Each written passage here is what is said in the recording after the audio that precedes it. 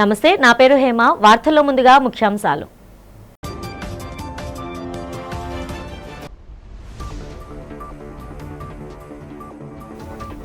నెల్లూరు జిల్లా వింజమూరులో పర్యటించి పేదల సేవలో కార్యక్రమంలో పాల్గొన్న ముఖ్యమంత్రి చంద్రబాబు దేశంలో ఎక్కడ లేని విధంగా రాష్ట్రంలో ప్రజా సంక్షేమ పాలన నడుస్తుందని వెల్లడి.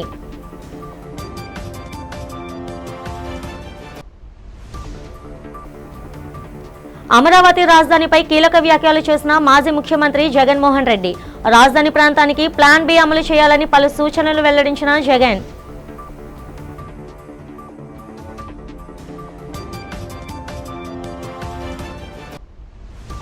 విశాఖ జిల్లా నూతన కలెక్టర్గా బాధ్యతలు స్వీకరించి సింహాచలం శ్రీ వరహాలక్ష్మి నరసింహస్వామిని దర్శించుకున్న అభిషేక్ కిషోర్ ఆలయ మర్యాదలతో స్వాగతం పలికిన ఆలయ అధికారులు.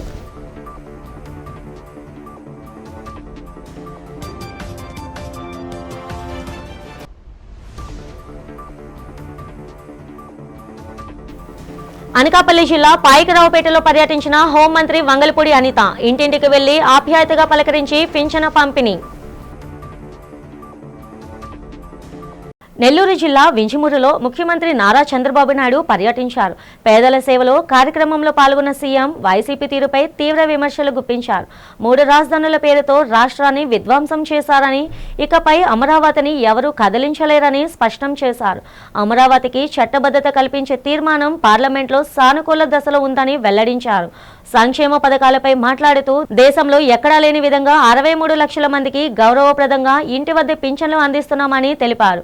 తల్లికి వందనం, ఆడబిడ్డలకు ఉచిత బస్సు ప్రయాణం, దీపం పథకం కింద ఉచిత గ్యాస్ సిలిండర్ల పంపిణీ విజయవంతంగా కొనసాగుతున్నాయని చెప్పారు. ఉమ్మడి రాష్ట్రంలో 30 సంవత్సరాల కంటే ముందు నేను జన్మభూమి తీసుకొచ్చాను. ఆ స్ఫూర్తిని మళ్ళీ ఈరోజు వింజమూరులో మీరు చూపించారంటే దీనికి మీరందరూ అభినందనీయులు. Congratulations, hats off to you.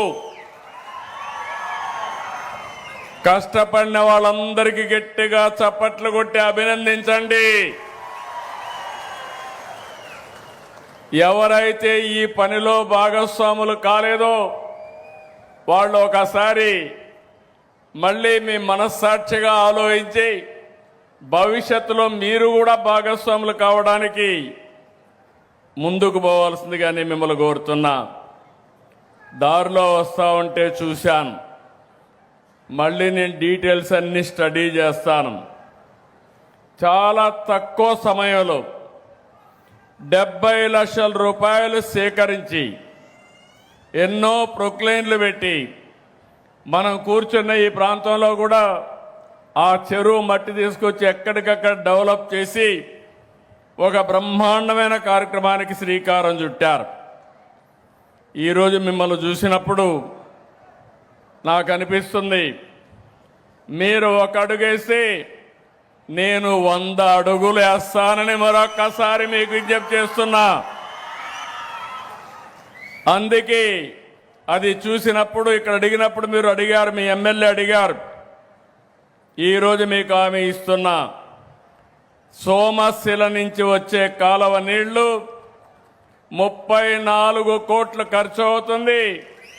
2019 ఇచ్చాను. ప్రభుత్వం అంటే మీరే ఒకసారి నెమరు వేసుకోవాలి. ఎవరు ప్రజల కోసం పనిచేస్తారో, ఎవరు స్వార్థం కోసం పనిచేస్తారో ఒకసారి నెమరు వేసుకోండి. ఇప్పుడు హామీ ఇస్తున్నా, మళ్ళీ 6 నెలల లోపల ఇక్కడే శాంక్షన్ చేస్తున్నా, టెండర్లు పిలవమని ఆదేశాలు ఇస్తున్నా. ఈరోజు ఏప్రిల్ 1వ తారీఖున కరెక్ట్గా అక్టోబర్ కంతా దీన్ని పూర్తి చేసి ఈ సంవత్సరమే మీ చెరువులో నీళ్లు పెట్టే కార్యక్రమం. ఆంధ్రప్రదేశ్ రాజధాని అంశంపై మాజీ ముఖ్యమంత్రి వైఎస్ జగన్మోహన్ రెడ్డి కీలక వ్యాఖ్యలు చేశారు. ఈ సందర్భంగా తాడేపల్లి పార్టీ కార్యాలయంలో బుధవారం నిర్వహించిన మీడియా సమావేశంలో రాజధాని కోసం ప్లాన్ బిని ఆయన ప్రతిపాదించారు. ప్రస్తుత అమరావతికి బదులుగా విజయవాడ, మచిలీపట్నం, గుంటూరు ప్రాంతాలను కలిపి రాజధానిగా చేయాలని సూచించారు. మచిలీపట్నం నుండి విజయవాడకు 70 కిలోమీటర్లు, విజయవాడ నుండి గుంటూరుకు 40 కిలోమీటర్ల దూరం ఉందని, ఈ 110 కిలోమీటర్ల హైవే ప్రాంతాన్ని రాజధానిగా ప్రకటించాలని ఆయన కోరారు. ఈ నూతన రాజధాని ప్రాంతానికి మావిగన్ అని పేరు పెట్టాలని, ఒకవేళ ఆ పేరు వింటే జగన్ గుర్తుకు వస్తాడని భావిస్తే మరే ఇతర పేరైనా పెట్టుకోవచ్చని జగన్ వ్యాఖ్యానించారు. రాష్ట్ర అభివృద్ధిని కాంక్షిస్తూ రాజధాని విషయంలో ప్రభుత్వం కొత్త ఆలోచన చేయాలని ఆయన అభిప్రాయపడ్డారు. ఇష్టం అంటూ అధికారికంగా వీళ్ళు మన ఏపీ హైకోర్టులో కౌంటర్ అఫిడవిట్ కూడా దాఖలు చేసినారు. కేంద్ర ప్రభుత్వం ఆంధ్రప్రదేశ్ హైకోర్టులో ఒక కౌంటర్ అఫిడవిట్ కూడా దాఖలు చేసినారు. ఈ మేరకు రాజధాని విషయంలో కేంద్ర ప్రభుత్వానికి ఎలాంటి పాత్ర లేదు అని కూడా ఆ అఫిడవిట్లో వాళ్ళు పేర్కొన్నారు. మన కళ్ళ ఎదుటే 2000 సంవత్సరంలో కేంద్రం కొత్తగా 2000 సంవత్సరంలో ఉత్తరాఖండ్, జార్ఖండ్, ఛత్తీస్గఢ్ రాష్ట్రాలను కేంద్రము తీసుకొచ్చింది. మన కళ్ళ ముందునే 2000 సంవత్సరంలో ఆ రాష్ట్రాలకు రాజధానులు ఎలా వచ్చాయి? కేంద్రం ఏదైనా డిసైడ్ చేసిందా? కేంద్రం నిర్ణయించలేదే. ఆయా రాష్ట్రాలు వాళ్ళు నిర్ణయించుకున్నారు.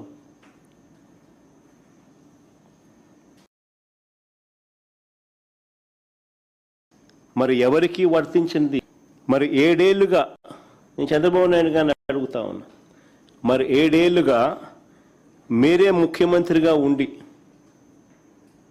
మొదటి టర్మ్ 5 సంవత్సరాలు, తర్వాత ఇప్పుడు 2 సంవత్సరాలు, మరి 7 ఏళ్ళు మీరే ముఖ్యమంత్రిగా ఉండి 1,00,000 ఎకరాల అమరావతిలో ఇంతవరకు కట్టింది ఎంత? 1,00,000 ఎకరాల అమరావతిలో ఈయన 7 ఏళ్ళు ముఖ్యమంత్రిగా ఉంటూ అమరావతి అనేది తన పెట్ ప్రాజెక్ట్ అంటూ తాను నినాదమిస్తూ తాను ఇంతవరకు కట్టింది ఎంత? నిజంగా సెల్ఫ్ ఫైనాన్స్ ప్రాజెక్ట్ అయ్యిందా ఇది? నిజంగా అమరావతి అని సెల్ఫ్ ఫైనాన్సా? ఈయన డబ్బా కొట్టినట్టుగా ఏ దేశం పోతే ఆ దేశం బొమ్మలు ఈయన చూపిస్తాడు. ఏ దేశం ఈయన పోయినా ఆ దేశం బొమ్మలు చూపిస్తాడు. చూపించి అదిగో ఇదే అమరావతి అని అంటాడు. మరి ఎంతవరకు వచ్చిందని అడుగుతా ఉన్నా. ఆ దేశాలు ఇక్కడ ఏమైనా కనపడుతున్నాయా? అనకాపల్లి జిల్లా పాయకరావుపేట నియోజకవర్గంలో రాష్ట్ర హోంమంత్రి వంగలపూడి అనిత పర్యటించారు. ఈ సందర్భంగా నక్కపల్లిలో మంత్రికి మహిళలు ఘన స్వాగతం పలికారు. అనంతరం నక్కపల్లిలో మంత్రి అనిత ఇంటింటికి వెళ్లి లబ్ధిదారులకు పింఛన్లను పంపిణీ చేశారు. నేతన్న జీవితాల్లో సరికొత్త వెలుగులంటూ కరపత్రాల ద్వారా నక్కపల్లిలో ఇంటింటి ప్రచారం నిర్వహించారు. చేనేత మగ్గాలకు 200 యూనిట్ల వరకు ఉచిత విద్యుత్ అందిస్తున్నట్లు ఈ సందర్భంగా చేనేత కార్మికులకు వివరించారు. నేతన్నలతో ముఖాముఖిగా మాట్లాడి వారి యోగక్షేమాలను అడిగి తెలుసుకున్న మంత్రి స్వయంగా మగ్గం నేసి అందరినీ ఉత్సాహపరిచారు. అక్కడి చేనేత కార్మికురాలి వద్ద ఒక చీరను కూడా ఆమె కొనుగోలు చేశారు. విద్యుత్ బిల్లుల భారాన్ని తగ్గించి చేనేత కార్మికుల ఆదాయాన్ని పెంచడమే ప్రభుత్వ లక్ష్యమని మంత్రి అనిత స్పష్టం చేశారు. అనంతరం అప్పలపాయకరావుపేట గ్రామంలోనూ పింఛన్ల పంపిణీ కార్యక్రమంలో పాల్గొన్నారు. పర్యటన చివరలో బోదిగలం సమీపంలోని R&R కాలనీలో నూతన గృహాల ప్రారంభోత్సవ కార్యక్రమంలో మంత్రి పాల్గొని లబ్ధిదారులకు శుభాకాంక్షలు తెలిపారు.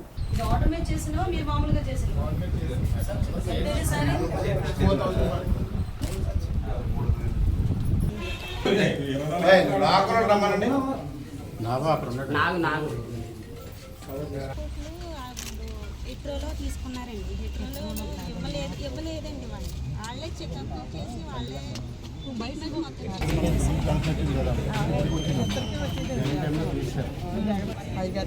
Waltair division blue ship division గా భారతీయ రైల్వేలో ప్రత్యేక గుర్తింపు సాధించిందని divisional railway manager Lalit Bohra తెలిపారు.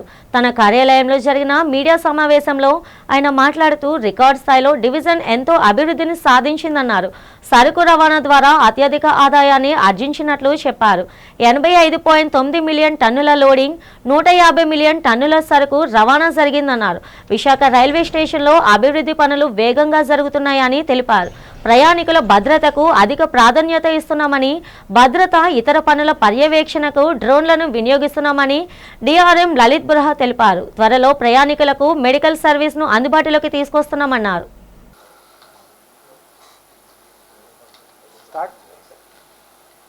Good morning to all my friends in press and media. I, along with my branch officers who are heading the different departments in the Voltaire division, would like to tell you about the wonderful and the best ever performance which Voltaire division has done due to support of everyone. Voltaire division for first time in the history has achieved 150 million ton of handled traffic. So 150 million ton of handled traffic means that loading and unloading of total 150 million ton has been achieved by Voltaire division. As far as the loading is concerned, again on the loading front, Voltaire division has done the best ever performance of 85.09 million ton.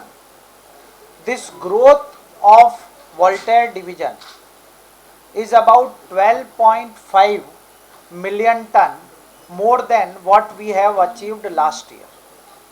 If we see the overall Indian Railways figure, the growth is about 52 million ton in the overall Indian Railway, out of which 12.5 million ton has been done by Voltaire division, which clearly reflect that the entire growth of Indian Railway, 25% contribution is from the Voltaire division. As far as the growth of 12.5 million ton is concerned, this is highest by any division in the Indian Railway. అంగన్వాడీల వేతనాలు వెంటనే పెంచాలని demand చేస్తూ AP anganwadi workers helpers union ఆధ్వర్యంలో urban project office వద్ద ధర్నా జరిగింది. Union రాష్ట్ర committee పిలుపు మేరకు ఈ ధర్నా జరిగింది. ఈ సందర్భంగా ధర్నాను యూనియన్ విశాఖ జిల్లా కోశాధికారి ఆర్ శోభారాణి మాట్లాడారు. అంగన్వాడీల జీతాలను తక్షణమే పెంచాలని రాష్ట్ర ప్రభుత్వాన్ని డిమాండ్ చేశారు. ముఖ్యమంత్రి గత 42 రోజులు సమ్మర్ సందర్భంగా ఇచ్చిన మాట నిలబెట్టుకోవాలన్నారు. వేతనాలు పెంచి అంగన్వాడీల జీవితాల్లో వెలుగులు నింపాలని కోరారు. మే నెలంతా వేసవి సెలవులు ఇవ్వాలని, హెల్పర్స్ జీవో మార్చాలని ప్రభుత్వాన్ని కోరారు. అంగన్వాడీలకు ఇచ్చే సరుకులు అన్ని ఒకేసారి ఇవ్వాలని శోభారాణి కోరారు. ఈ ధర్నాలో యూనియన్ నాయకులు నాగేశ్వరి, తులసి, ఈశ్వరమ్మ, ఇందిర, శ్రీదేవి, నాగలక్ష్మి, పార్వతి తదితరులు పాల్గొన్నారు.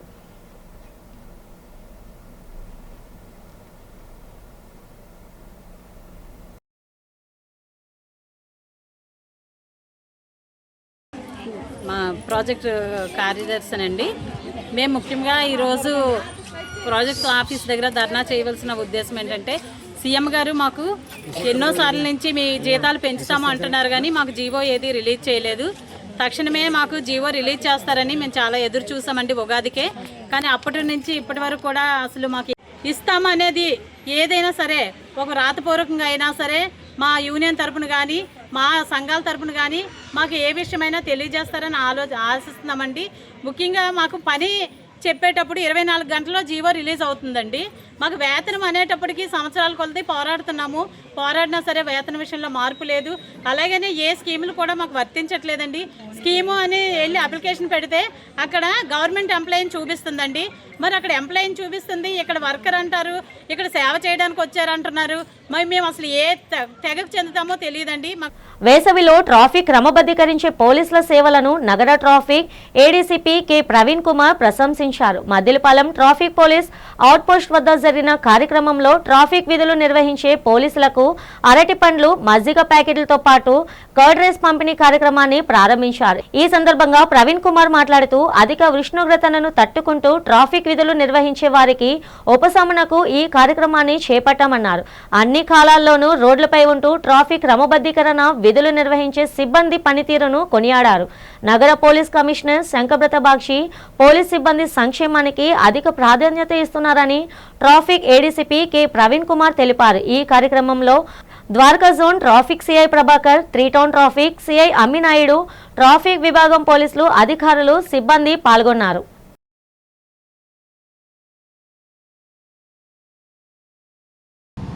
మా మజ్జిగ పంపిణీ, అలాగే తర్వాతను కర్డ్ రైస్, బనానాసు, ఈ మన ఏదైతే మన ఈ బోత్రా గ్రూప్ ఆఫ్ సర్వీసెస్ ఉందో వాళ్ళ సౌజన్యంతో, అలాగే తర్వాతను మనకి ఇక్కడ శ్రీ సాయి సంస్థాన్ చారిటబుల్ ట్రస్ట్ వారి ఆధ్వర్యంలో ఈ ట్రాఫిక్ స్టాఫ్ సిబ్బందికి 150 to 200 వరకును ఎవరైతే మన ట్రాఫిక్ డ్యూటీస్ నిర్వహిస్తున్నారో, ఎండల్లో నిర్వహిస్తున్నారో ఈ స్టాఫ్కి ఇది ఎవ్రీ ఇయర్ కూడాను మన ఏప్రిల్ అండ్ మే, జూన్ వరకును ఈ కంప్లీట్గా ఎండలో డ్యూటీ చేస్తున్నారని చెప్పేసి గుర్తించి ఈ మజ్జిగ పంపిణీ, అలాగే తర్వాతను ఏదో కర్డ్ రైసు, ఒక 2 బనానాసు తర్వాతను రెగ్యులర్గా ఇస్తున్నారు. ఈ ప్రోగ్రాంకి యాక్చువల్గా ఏంటంటే మన గౌరవ సిపి సారు రావాల్సి ఉంది. అయినప్పుడు కూడా గౌరవ సిపి సారు ఇన్స్ట్రక్షన్స్ మేరకు నన్ను మరి డైరెక్ట్ చేశారు. తర్వాతను నిజంగా ఇది సార్ మరి ఇంకా కొన్ని వేరే కార్యక్రమాలు ఉన్నందువల్ల హాజరు కాలేకపోయినారు.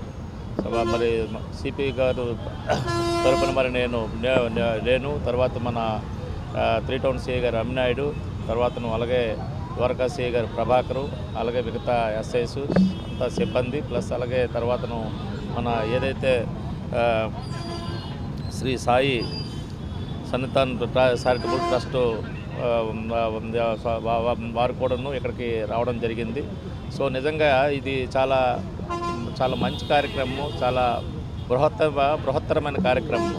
నిజంగా ఒకటి మరి విశాఖ జిల్లా కలెక్టర్ ఎంఎన్ హరేందర్ ప్రసాద్ బదిలీ సందర్భంగా జిల్లా యంత్రాంగం ఆధ్వర్యంలో స్థానిక దస్పల్ల హోటల్లో ఘనంగా ఆత్మీయ వేడుకల సభ నిర్వహించారు.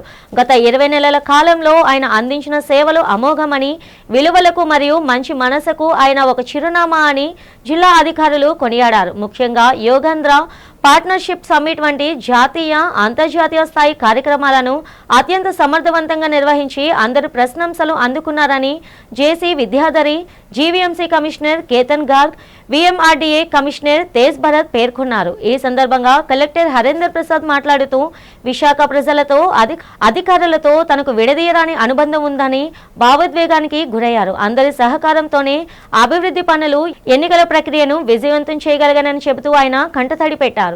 కలెక్టర్ సతీమణి దివ్య ప్రసాద్ సైతం అధికారుల మద్దతుకు కృతజ్ఞతలు తెలిపారు. I wouldn't have done Yogandhra all by myself. I wouldn't have done CA Summit all by myself.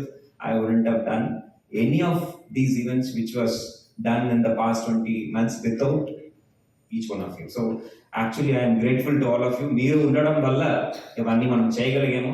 Because మనం జస్ట్ చెప్పేసి వదిలేస్తే అక్కడ పని జరగాలి కదా. Somebody has to own it up and do it.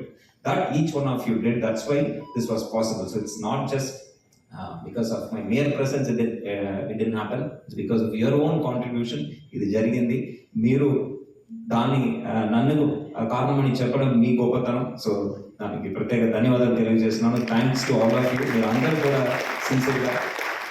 Visakhapatnam జిల్లా నూతన కలెక్టర్ ఎం అభిషేక్ కిషోర్ ఈ రోజు బుధవారం ఉదయం సింహాచల పుణ్యక్షేత్రాన్ని సందర్శించారు. జిల్లా కలెక్టర్గా బాధ్యతలు చేపట్టిన అనంతరం ఆయన తన కుటుంబ సమేతంగా శ్రీ వరహాలక్ష్మి నరసింహస్వామి వారిని దర్శించుకొని ప్రత్యేక పూజలు నిర్వహించారు. ఆలయానికి చేరుకున్న కలెక్టర్ దంపతులకు దేవస్థానం అధికారులు మరియు అర్చకులు పూర్ణకుంభంతో ఘన స్వాగతం పలికారు. గర్భాలయంలో స్వామివారిని దర్శించుకున్న అనంతరం అర్చకులు వారికి వేదాశీర్వచనం అందజేశారు. ఆలయ మర్యాదల ప్రకారం అధికారులు కలెక్టర్కు స్వామివారి ప్రసాదాన్ని, శేషవస్త్రాన్ని అందజేశారు. జిల్లా అభివృద్ధి, ప్రజల సంక్షేమం కోసం స్వామివారి ఆశీస్సులు ఎల్లప్పుడూ ఉండాలని ఈ సందర్భంగా కలెక్టర్ ఆకాంక్షించారు. ఈ కార్యక్రమంలో ఆలయ ఉన్నతాధికారులు మరియు రెవెన్యూ శాఖకు చెందిన పలువురు అధికారులు పాల్గొన్నారు.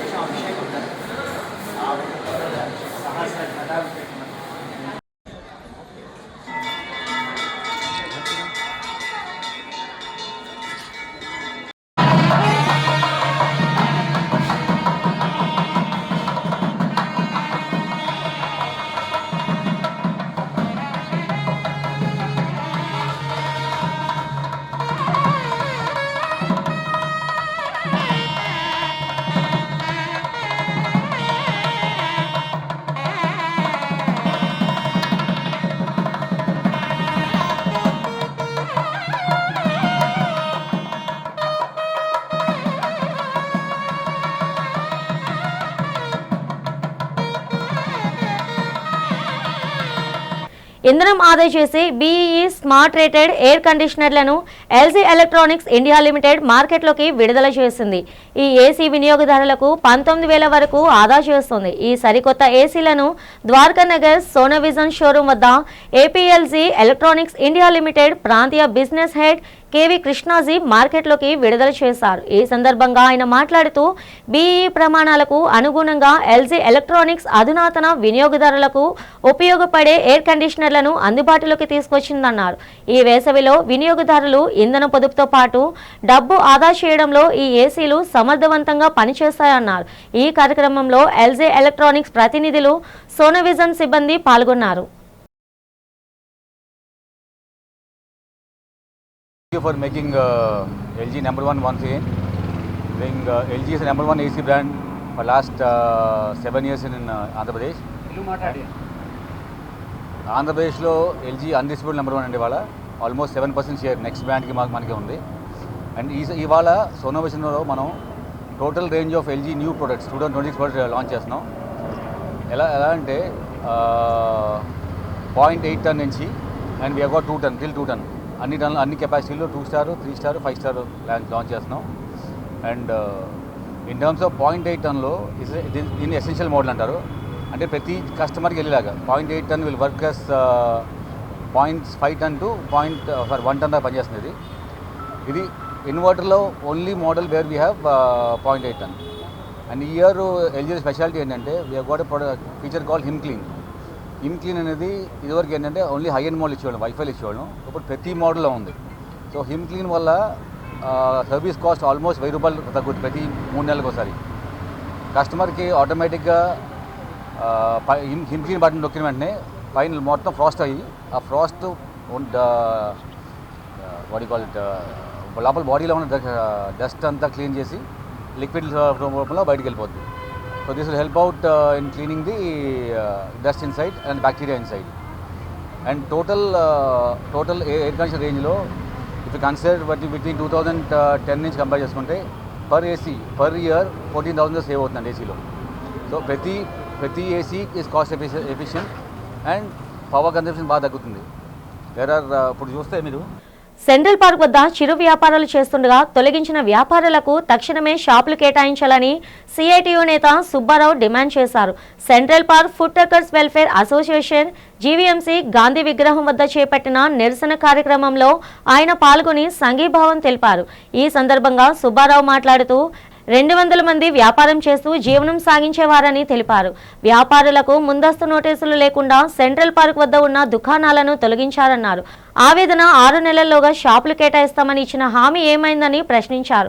తక్షణమే వ్యాపారం చేసుకునేందుకు వ్యాపారాలకు షాపులు కేటాయించాలని డిమాండ్ చేశారు. అధికారులు ఈ విషయంలో నిర్లక్ష్యంగా వ్యవహరిస్తే ఆందోళన తీవ్రతం చేస్తామని సుబ్బారావు హెచ్చరించారు. ఈ ఆందోళనలో అసోసియేషన్ నేతలు, వ్యాపారులు పాల్గొన్నారు.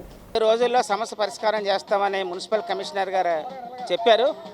ఈ 10 రోజుల్లో మీ సమస్య పరిష్కారం అయిపోతే మీరు ఆందోళన చెందకండి, మీరు ఫుడ్ కోర్ట్ తీసేయండి, మీకు ఎందుకు నాది బాధ్యత, మొత్తం పేర్లు వెరిఫికేషన్ చేసాం, మాకు ఎన్ని పేర్లు వచ్చి అన్ని పేర్లకు కూడా మీకు అరేంజ్ చేస్తామని చెప్పేసి మున్సిపల్ కమిషనర్ గారు అప్పుడు హామీ ఇచ్చారు. హామీ ఇచ్చి 7 నెలలు అవుతుంది. ఈ 7 నెలల్లోనూ కుటుంబాలు రోడ్డున పడ్డాయి. ఒక పక్క ఫైనాన్స్ తీసుకొని ఫైనాన్స్ కట్టక, పిల్లలకి చదువులకి ఫీజులు కట్టక ఇంట్లో ఉంచుకోవాల్సిన పరిస్థితి ఫుడ్ కోర్ట్ కార్మికులకి ఈరోజు వచ్చింది. అంటే మనం ఏ రకంగా చూడాలి, విశాఖపట్నంలో ఈ ఫుడ్ కోర్ట్ ఏర్పాటు చేయడానికి స్వయం ఉపాధితో బతుకుతున్నారు వీళ్ళందరూ. ఎవరి ఉద్యోగాలు లేవు, ఏమీ లేవు.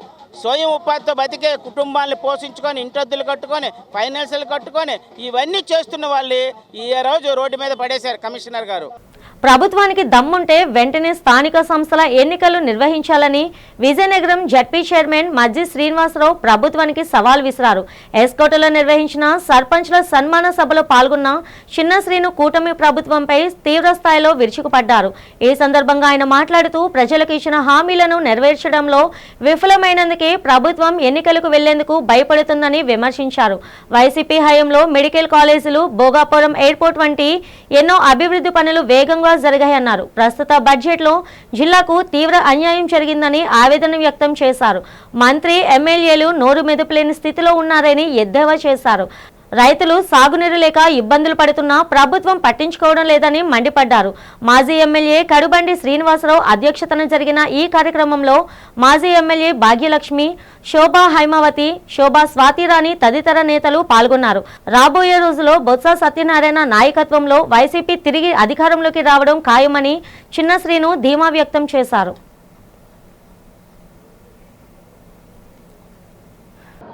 డిఆర్సీ సమావేశానికి చట్టబద్ధత ఉందా?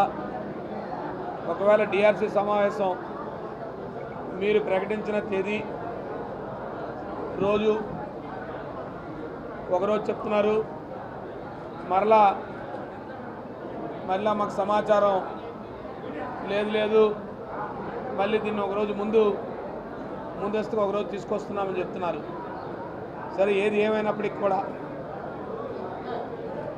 డిఆర్సీ సమావేశం అంటే జిల్లా స్థాయిలో ఏవైతే జిల్లాలో ఉన్న ప్రధానమైన సమస్యలు ప్రజాప్రతినిధులందరూ కూడా జిల్లాలో ఒక్క రైతాంగం కానీ జిల్లాలో ఉన్న అనేక సమస్యల పట్ల ఈ సమావేశంలో నిర్ణయం చేసి ఆ సమావేశం ద్వారా జిల్లాలో ఒకవేళ ఏమైనా సమస్యలు పరిష్కారం అయితే అది పరిష్కారం చేయడం, లేదంటే ప్రభుత్వానికి నివేదించే చేసే కార్యక్రమం గత ప్రభుత్వాలుగా జరుగుతూ ఉన్నాయి. కానీ దురదృష్టవశాత్తు ఈ ప్రభుత్వంలో కేవలం డిఆర్సీ సమావేశం అంటే ఒక మొక్కుబడి సమావేశం లాగా కేవలం జిల్లాలో అనేకమైన సమస్యలు పేరుకుపోయి ఉన్నాయి. ముఖ్యంగా నిన్నటి రోజుని చాలా ఆలోచించాం. నిన్నటి రోజుని సమావేశంలో జిల్లాలో ఉన్న ప్రధానమైన రైతాంగమైన సమస్య, ఇవాళ ప్రధానమైన పంటను మొక్కజొన్న పంట రైతులు కొంటారు, కొనుగోలు కేంద్రాలు ఓపెన్ చేయాలని చెప్పి అనేక సందర్భాల్లో డిమాండ్ చేస్తూ వచ్చాం మేము. కానీ దురదృష్టవశాత్తు ఎక్కడా ప్రజాప్రతినిధులు దాని పట్ల కానీ ప్రజాప్రతినిధుల పట్ల ఎక్కడా చిత్తశుద్ధి లేదు. కేవలం ఇన్ఛార్జ్ మంత్రి గారు వారి సమాధానం ఏముందంటే, లేదు కేంద్ర ప్రభుత్వాన్ని లేఖ రాశామని చెప్తా ఉన్నారు. అంటే మీకు ఎక్కడా కూడా రైతుల పక్షాన కానీ రైతులు పడుతున్న ఇబ్బందిని మీరు ఈ ప్రభుత్వం పరిశీలనలో తీసుకోలేదని చెప్పడానికి ఇంతకన్నా మరొక నిదర్శనం లేదు. కేవలం ప్రజాప్రతినిధులు కూడా, శాసనసభ్యులు కానీ మంత్రి గారు కానీ స్థానిక మంత్రి గారు కానీ దీని పట్ల ఎక్కడా కూడా ఈ రైతాంగాన్ని ఆదుకునే ఆలోచన వీరికి ఎక్కడా ఉన్నట్టు కనపడలేదు. కేంద్ర ప్రభుత్వానికి లేఖ రాయడం ఏంటండి? మీరు ప్రభుత్వం గతంలో జగన్మోహన్ రెడ్డి నాయకత్వంలో ఎప్పుడైనా రైతు గిట్టుబాటు ధర ఇవ్వాలని లేనప్పుడు ఖచ్చితంగా ప్రభుత్వం ధరల స్థిరీకరణ నిధి కింద 3,000 కోట్ల రూపాయలు ప్రతి సంవత్సరం బడ్జెట్లో పెట్టి ఎవరైనా రైతులకి గిట్టుబాటు ధర లేకపోతే రైతుల తరఫున ప్రభుత్వమే కొనుగోలు చేసి రైతులకి ఏదైతే ఎంఎస్పీ రేటు ఉందో ఆ రేటును అందించే కార్యక్రమాన్ని గతంలో చేశాం. వ్యవసాయ శాఖ మంత్రులు పక్కనే ఉన్నారు. పక్క జిల్లాలో మన ఉత్తరాంధ్ర వాసి మన శ్రీకాకుళం విజయనగరం డాబాతోట శ్రీ జగన్నాథ స్వామి వారిని జిల్లా పరిషత్ చైర్పర్సన్ వైసీపీ విజయనగరం జిల్లా అధ్యక్షుడు భీమిలి నియోజకవర్గం సమన్వయకర్త మజ్జీ శ్రీనివాసరావు కుటుంబ సభ్యులు మంగళవారం దర్శించుకున్నారు. మజ్జీ శ్రీనివాసరావు సతీమణి మజ్జీ పుష్పాంజలి, కుమార్తె చిన్న శ్రీను, సోల్జర్స్ అధ్యక్షురాలు సిరమ్మ, తల్లి శ్రీమతి కృష్ణవేణితో కలిసి ఆలయాన్ని సందర్శించి స్వామివారికి ప్రత్యేక పూజలు నిర్వహించారు. ఈ సందర్భంగా వారు స్వామివారికి పట్టు వస్త్రాలను సమర్పించారు. అనంతరం చిన్న శ్రీను, సోల్జర్స్ అధ్యక్షురాలు సిరమ్మ వేద పండితులకు పట్టు వస్త్రాలు అందజేసి శాలువాలతో ఘనంగా సత్కరించారు. ఆలయ వేద పండితులు ఆమెకు తీర్థ ప్రసాదాలు అందజేసి వేద మంత్రాలతో ఆశీర్వచనం పలికారు. ఈ కార్యక్రమంలో ఆలయ ప్రతినిధులు మరియు ఇతర ప్రముఖులు పాల్గొన్నారు.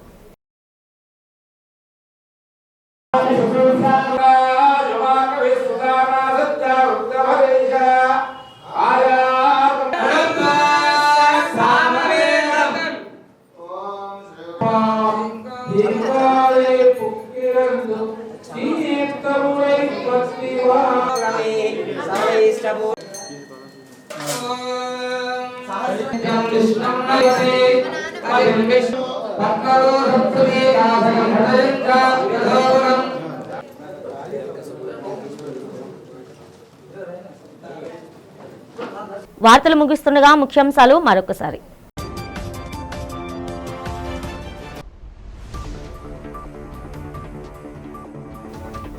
నెల్లూరు జిల్లా వింజమూరులో పర్యటించి పేదల సేవలో కార్యక్రమంలో పాల్గొన్న ముఖ్యమంత్రి చంద్రబాబు.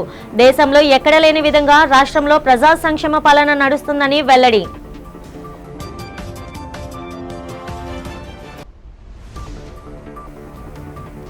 అమరావతి రాజధానిపై కీలక వ్యాఖ్యలు చేసిన మాజీ ముఖ్యమంత్రి జగన్మోహన్ రెడ్డి. రాజధాని ప్రాంతానికి ప్లాన్ బి అమలు చేయాలని పలు సూచనలు వెల్లడించిన జగన్.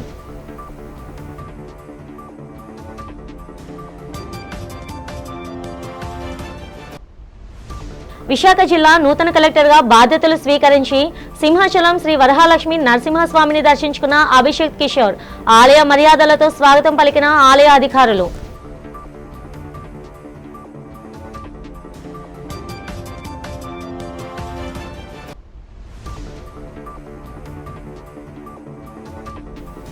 అనకాపల్లి జిల్లా పాయకరావుపేటలో పర్యటించిన హోంమంత్రి వంగలపూడి అనిత ఇంటింటికి వెళ్లి ఆప్యాయతగా పలకరించి పింఛన పంపిణీ. ఈనాటి వార్తలు ఇంతటితో సమాప్తం. నమస్తే.